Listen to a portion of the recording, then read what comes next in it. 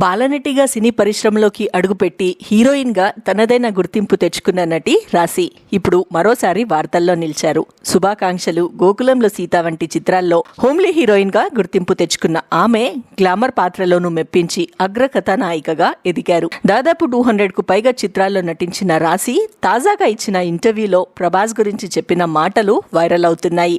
రాశి మాట్లాడుతూ ప్రభాస్ మొదటి సినిమా ఈశ్వర్ ట్రైలర్ చూసినప్పుడే ఆయన భవిష్యత్తు అర్థమైందని చెప్పారు.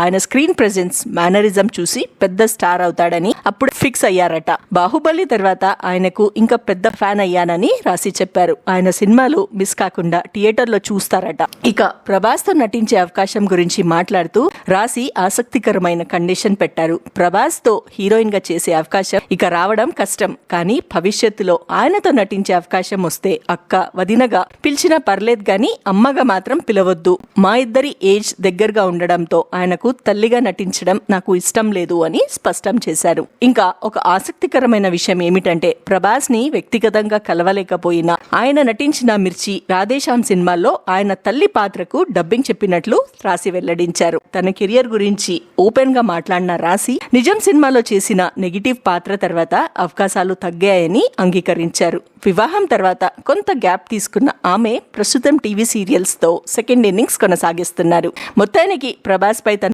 అభిమానం, అలాగే పాత్రల విషయంలో తన క్లారిటీని చెప్పిన రాశి కమెంట్స్ ఇప్పుడు సోషల్ మీడియాలో హాట్ టాపిక్ గా మారాయి.